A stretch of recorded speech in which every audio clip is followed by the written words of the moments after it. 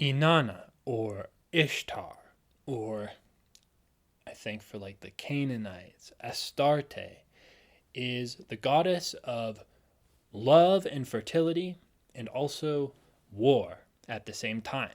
In ancient Sumer, and also her legacy went on into the Akkadian Empire and to Babylonia as well in certain ways.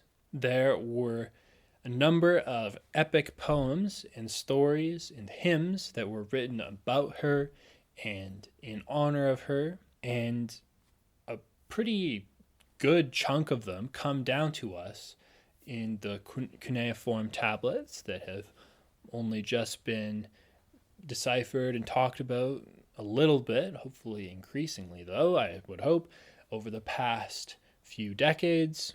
And basically what we have as far as epic poems or stories about Inanna pretty much puts together her entire life story, at least in kind of vague, somewhat episodic ways. We have a story called the Huluppu Tree, or Inanna and the Huluppu Tree, which, by the way, in a couple of weeks, I'm going to talk about in a lot more detail with a lot more editing and scripting on my main channel.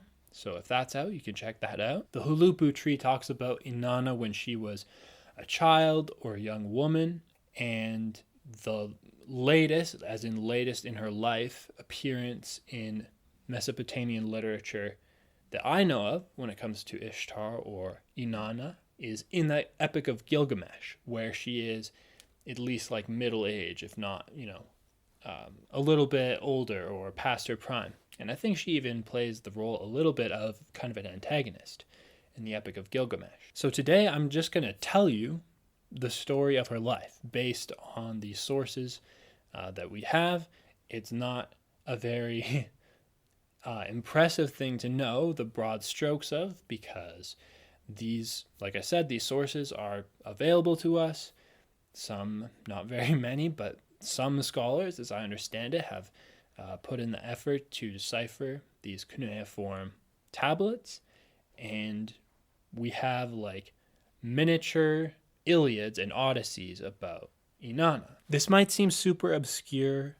I don't have like the esoteric knowledge of the like actual like spiritual significance of these stories that the priests in Mesopotamia would have most likely been much more familiar with. What interests me about these stories in part is their entertainment value. I feel like a lot of these stories would fit really well in the themes of many video games or many other forms of media. To this day, a lot of the concerns of Inanna and her friends and allies and enemies are relevant to us still. Enough rambling though. Let's get into the 4, and then if you count the Epic of Gilgamesh, 5 epic poems which concern Inanna. And on the screen there'll be lots of sources. You can find this stuff for yourself in more detail. Read some introductions and also like essays about her hymns and other sources as well if you really want to delve into it. But as far as the broad strokes of Inanna's life story, it starts, as I said, with the story of the Huluppu Tree. I won't go into too much detail about that because, like I said, there's going to be like a full video about that coming out very soon. It may already be out by the time you watch this. But suffice it to say that Inanna in this story is basically given, or she kind of like takes, with the help of her brother Gilgamesh, who isn't her brother anymore when he appears in her life again later in the mythology, but let's just, gloss over that for now. Basically, she gets her throne to be the queen of Earth.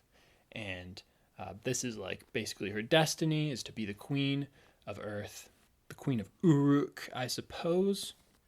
She's like the patron goddess of Uruk, which I believe, I'm not very deeply versed in Sumerian political history, but I do believe that Uruk was, for a time at least, one of the most important cities in Mesopotamia, in Sumer. Anyway, she gets her throne in her kingdom, or her queenship, in the story of the Huluppu Tree.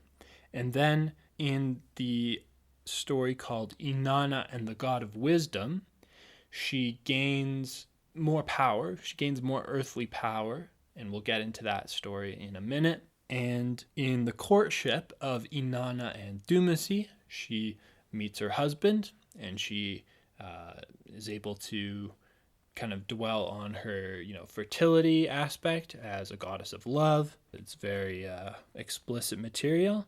And then we have the greatest epic poem, the longest and most interesting story about Inanna, the descent of Inanna into the Underworld, which is very fascinating. We'll get to it in a minute. Basically, she goes to hell and back, and then she's kind of past her prime in her appearance in Gilgamesh. Her reason for going to hell is probably very multifaceted and complicated, but one way of thinking about it is that as a goddess of war, she didn't just want to be queen of earth, she also wanted to be queen of hell. I think she ends up being queen of heaven and earth, so she's got a lot of success during the height of her career.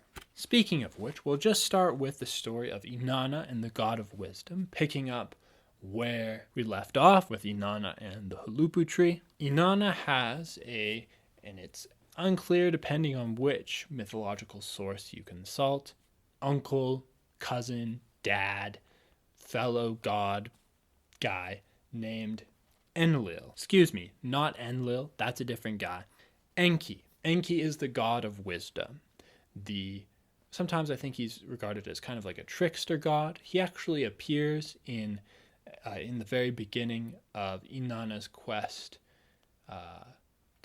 for the Huluppu Tree. He's the one who is in the Euphrates River when his boat gets destroyed. And I think I've heard some versions of that story where the destroyed boat of Enki is what becomes the Huluppu Tree. Anyway, Enki is a powerful god from the city of Eridu, so a neighboring, probably somewhat rival city to Uruk, and he invites Inanna for a couple of drinks. They have dinner, and Enki gets completely wasted. He gets just over the moon drunk, and he starts giving stuff to Inanna. He gives her, I'll quote the text, the high priesthood, godship, the noble enduring crown, the throne of kingship. I think that's just one thing stated 4 ways, but she also gets the noble scepter, the staff, the holy measuring rod and line, the high throne, shepherdship, and kingship. I think, again, that's just like a second thing that she gets. It's just said 5 or 6 different ways. Then she gets the princess priestess, the divine queen priestess, the incantation priest, the noble priest, the libations priest. So she's basically getting an administration for her kingdom. That's good. A good staff of priests and priestesses. She also gets, quote, the truth, descent into the underworld, ascent from the underworld, the Kurgara, which is just not translated from the Sumerian, probably because we just don't know what that means. It's interesting that she gets the descent into the underworld and ascent from the underworld.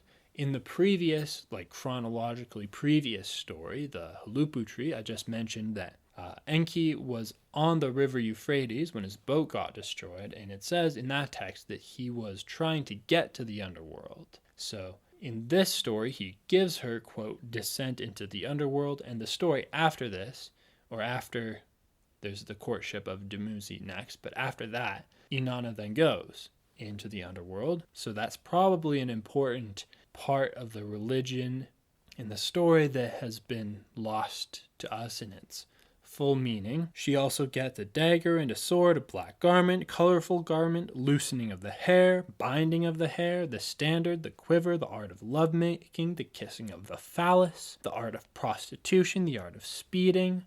That's interesting. I didn't know they had speed limits in ancient Eridu, but she also gets the art of forthright speech, of slanderous speech, of adorning speech, and I won't go through all of this because it goes on for a couple of pages. Deceit, the rebellious land, the art of kindness, travel. One interpretation I've heard of this story is that Enki is basically giving Inanna culture. He's giving her the extent of what civilization had produced to that point, the stories, the military force, the music. I think it at some point mentions musical instruments that he gave her. And it's the transferring of these gifts from Enki to Inanna, also from Eridu to Uruk. So this might be a story of one of those cities gaining some prominence over the other. I don't know if it's a story of some kind of military conquest, but then why the thing with Enki getting drunk and giving it to her? Anyway, after he gives her all this stuff, Inanna loads all of those gifts onto a boat and she goes back to her city of Uruk. Then Enki has his hangover, whatever. He wakes up, kind of eventually comes to his senses, and he says, wait a minute, where's all my stuff? Where's my, quote, bitter-toothed lion? Where's the kindling of fire? Where's my holy measuring rod and line? My ascent to the underworld, my kissing of the phallus, the loosening of my hair? Where did that stuff all go? And I think there's a bystander in the story.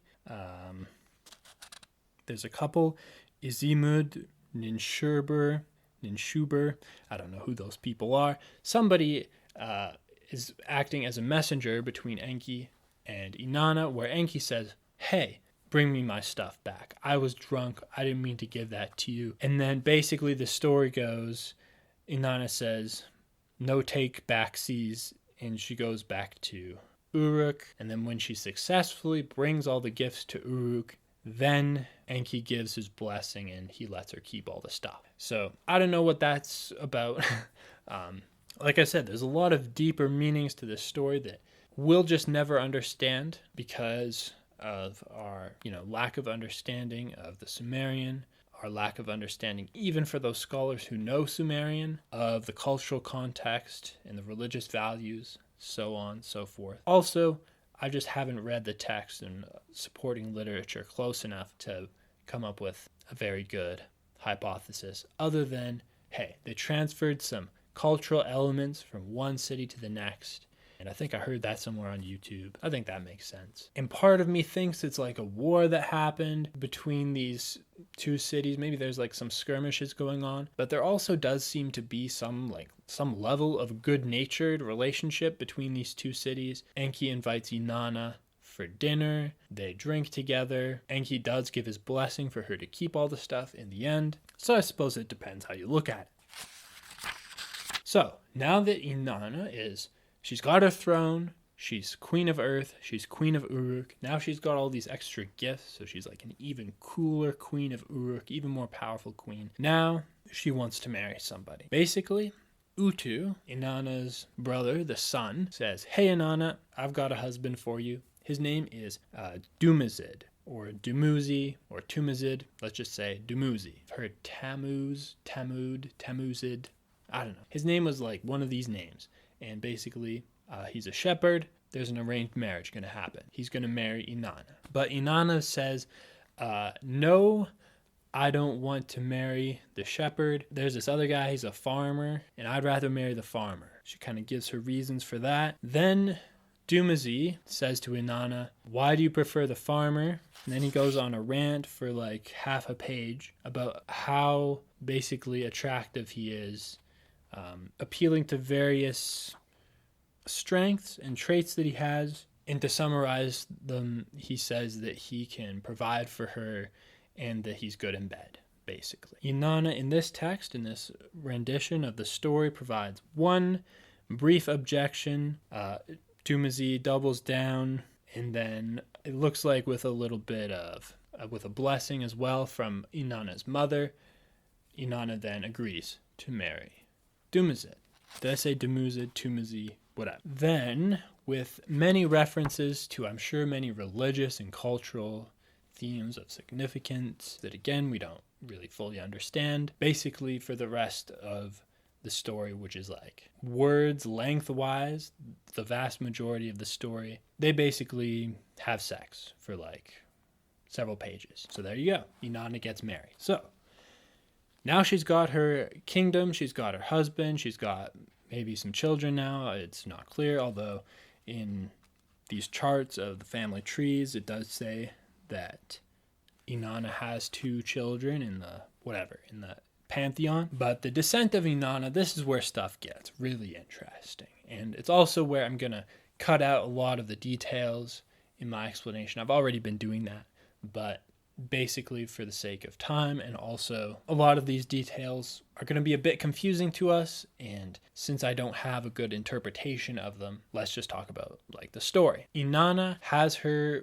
kingdom of heaven or kingdom of earth, her Uruk, her man, all that stuff, but she wants more. And this is where we get to like what makes Inanna such a fascinating character, is that she is ambitious. She wants to conquer. She wants to have things for herself, and she's very, very ready and able and willing to stand up for herself. In one of the hymns to Inanna, I believe one of the ones written by Enheduanna, the world's first named author, she like destroys a mountain. She's the goddess of war as well as love. And I think there might be some sense that this character of Inanna, Ishtar, Astarte, whoever it was, this idea of a powerful goddess who is the patron god or goddess of one of the most powerful cities in Sumer, her prominence fades, is suppressed, and there kind of isn't another female figure that has that same level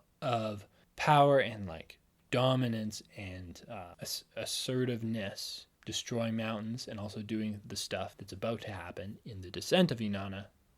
Again, whether it's Hera or the Virgin Mary or Aphrodite, no other goddess in certainly the mythology I'm aware of has that level of like basically like this metal anime character warrior type of vibe. I don't know.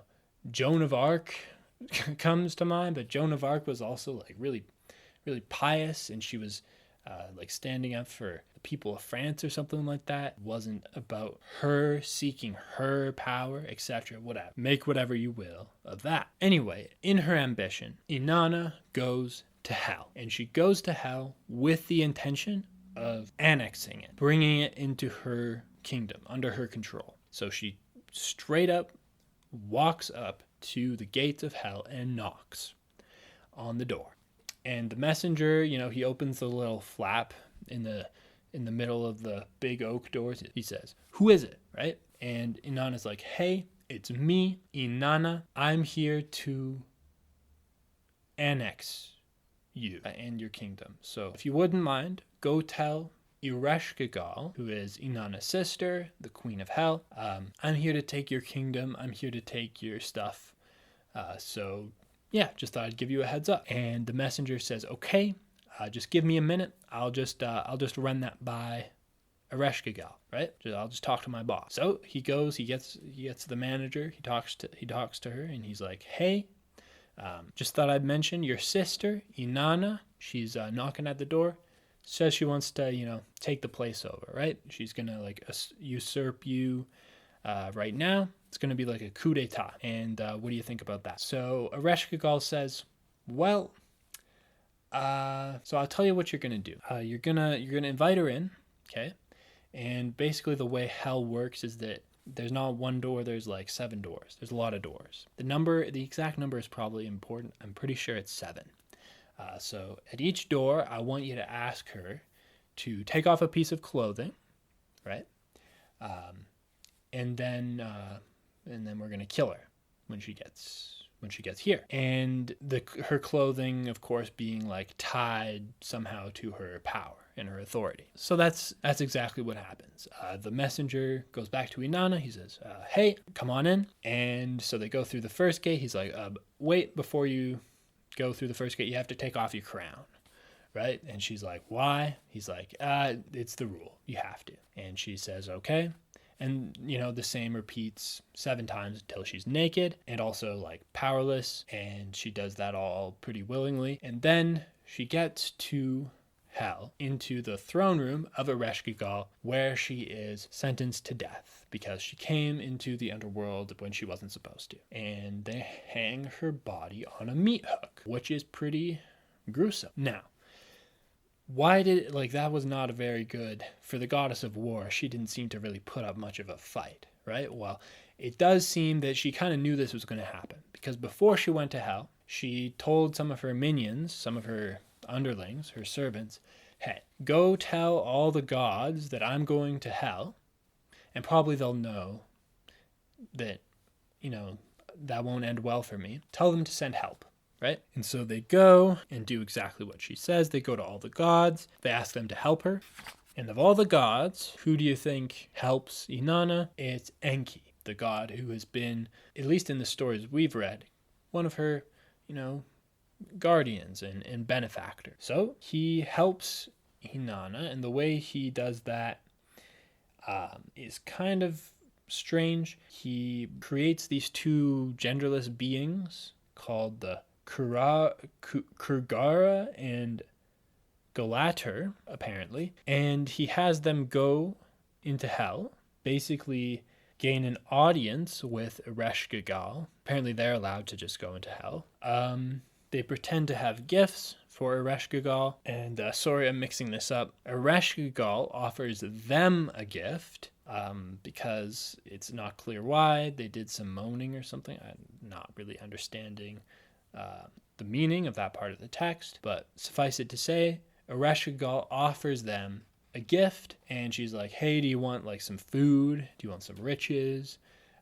They're like, no, we want the corpse of Inanna that's hanging on a meat hook over there. And so she gives them the corpse, and then they revive Inanna. So that's great. She got revived. That's always nice, but there's still a problem. She's still in hell, and she's not allowed to be there. Also, she's not allowed to go out. You're not supposed to go into hell. You're also not supposed to go out of hell unless you're sanctioned or whatever, unless it's your time, right? So Inanna can't leave hell unless she brings a soul from earth to replace her. So to go back to life, she has to kill somebody, basically. Okay, so she's like, sure, I'll bring a soul back for you guys. No problem. So kind of under supervision, Inanna is released back into the realm of earth, and they're kind of like, all right, Inanna, let's go find somebody to kill. So that's what they do. They go stomping around for a bit, and she goes back to her city, and it's like, all right, now I'm back. I just have to find somebody to send to hell. So she comes across her son, Lula, I don't know if I'm saying that right, and the guardians from the underworld are like, hey, here's a cool guy. Mind if we take him to hell? And Inanna says, actually that's my son. So let's find somebody else. And they're like, okay, well, show us somebody else then. And so they go around and they find Shara. Shara is Inanna's other son. They're like, Shara sees Inanna. He's like, oh, hey, Mom, what's going on? And the guardians from the underworld say, hey, here's a fine, handsome young man. Do you mind if we kill him? And Inanna says, yes. Don't kill him. I like that guy. So let's go find somebody else. And they're like, okay, let's see what we can find. So now Inanna is returned home, back to her palace, and they still haven't found anybody to kill. The guardians of the underworld are getting antsy, and when Inanna gets home, she finds her husband Dumuzi. I said I would pick one way of saying it. I didn't do that, I guess. And Dumuzi is, and then I guess depending on the version of the story, depending on how you interpret it, he's either sitting there watching TV, not doing much, which really angers Inanna because she wanted him to be mourning her, or maybe he was cheating on her. Depends on the version that you read. And so Inanna is very angry with her husband. So in this fit of anger, she says, kill him, right? You can take him to the underworld. And so they do that. They take Dumuzi to hell. And so Inanna's crying from her anger. She's like recovering her senses. She gets kind of a clear head, and then she realizes, wait, I just killed my husband. And so she's not happy about that. So she goes back to hell and she says, hey, so I know we made a deal, right? I know I said, I would give you a soul in exchange for mine so that I could go out of hell. Do you mind if we maybe don't do that actually? Can I have my husband back? And yeah, like now she's really pushing her luck, right? She barely got out of hell alive, and now she's going back there to ask for more favors. And so Ereshkigal is none too pleased. She's none too pleased. I meant to say none too pleased. She's not impressed with this, but basically after some cajoling, what ends up happening is that an agreement is reached where I think it's Dumuzi's sister is exchanged for Dumuzi for half the year. So they kind of make a compromise. Hey, you can have your husband back for half the year, and we'll take his sister in his place for the other half of the year. And somehow I guess this is connected with the seasons. So I forget if it's maybe when Dumuzi's around, it's summer, when he's not, it's winter, vice versa. And then there's like this poetic thing where Inanna can only be with the person she loves for half the year. Okay, there's a lot more to the Descent of Inanna into the Underworld. I think that's a story worth revisiting in more detail at a later time. But for now, those are the broad strokes of the story. Inanna's life has consisted in her gaining her queenship in Uruk, with the Huluppu Tree being carved into a throne. Then she gained the powers of culture from her trickster father Enki, who got drunk. And then she gained a husband. Then she wanted more. She kind of overreached a little bit, trying to get into hell and take over that place. And that didn't go too well. She barely got out of that alive, and she lost her husband for half the year. And now she is mature. Now she is, a fully fledged woman. She's a queen, a goddess. And there's all kinds of different hymns and probably many lost stories about what she did in between and what war she fought and how many mountains she cut in half or whatever's going on with that. The only other story that I know of that includes Inanna significantly, again, is the Epic of Gilgamesh. And I really need to read the Epic of Gilgamesh. I still haven't done that, but I kind of know the story. From my understanding, what happens is that Gilgamesh, he's going on his adventures, he's conquering, or he's killing monsters basically with his friend Enki, not to be with his friend Enkidu, not to be confused with Enki. And Inanna propositions him. I'm sure that's because it was the half of the year where Dumuzi was in hell, and Gilgamesh says no. I think because he remembers what happened to Dumuzi, and he's like, yeah, I don't know if I want that to happen to me. He perhaps recognizes the volatility and the power of Inanna and her personality, and he doesn't want to get involved with that. And that makes her really angry, so she sends a monster to kill Gilgamesh, and I think he kills the monster. Yeah, I'm sure there's lots of details that I'm glossing over, but basically, that is the long and the short of Inanna's life. I think especially in the story of her descent to the underworld, you see a lot of wanting to have her cake and eat it too. She wants to rule not just heaven, she wants to rule hell as well. When that doesn't work, she doesn't want to live with the consequences of A, being killed, or B, having to give up someone she loves to replace her. And as much as that can often seem contradictory, I think there are a lot of forces in culture that have repressed that kind of making so many demands, at least like when a woman does it. But I think it's hard not to respect that through all that, she kind of got what she wanted in the end, or at least she did break the rules of hell a little bit by both her and her husband for half the year at least, not having to be stuck in the underworld. And yeah, I respect this brazen attitude. There's a lot more to explore here. I think perhaps I'll do a separate video talking about some of the hymns of Inanna.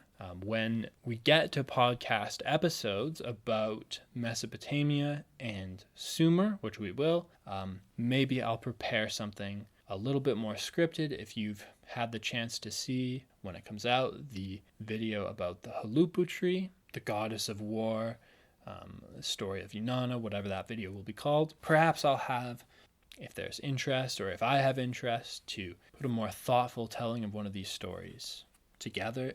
But there are a lot of stories that could, I think, do with being illuminated in a more like serious and scripted, developed way. Yeah, maybe we'll get to that some other time. Hopefully the links to all those things, the Patreon podcast and the main channel and everything else, are in the description on the screen right now. Thanks for sticking around, and I hope you have a wonderful day.